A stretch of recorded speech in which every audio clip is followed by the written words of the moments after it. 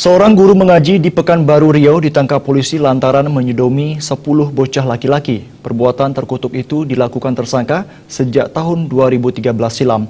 Sebelumnya tersangka pernah ditangkap dalam kasus serupa dan dipidana 5 tahun penjara.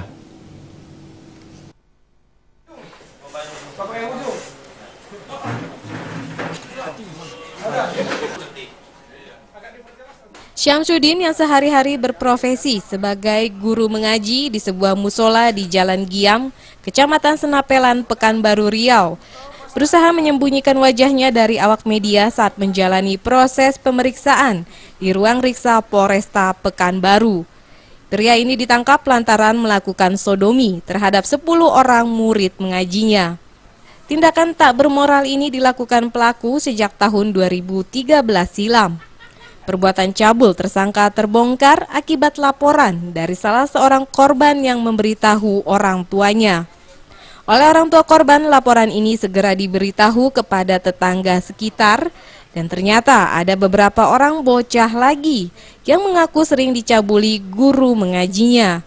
Warga pun langsung menangkap pelaku dan nyaris menghakiminya. Kerjanya guru ngaji. Jadi dia tersangka ini melakukan kegiatannya mulai tahun 2013 sampai dengan 2015. Korbannya ada 10.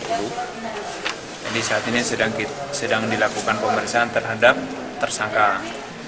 Tersangka ini adalah residivis dalam perkara yang sama. Korbannya bocah pria apa bocah? Pria. Korbannya bocah pria. Umurnya berapa kira?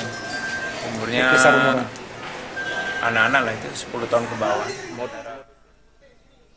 Syamsuddin sendiri pernah terjerat kasus sodomi pada tahun 2006 silam dan divonis pengadilan 5 tahun penjara di Lapas Kabupaten Bengkalis, Riau.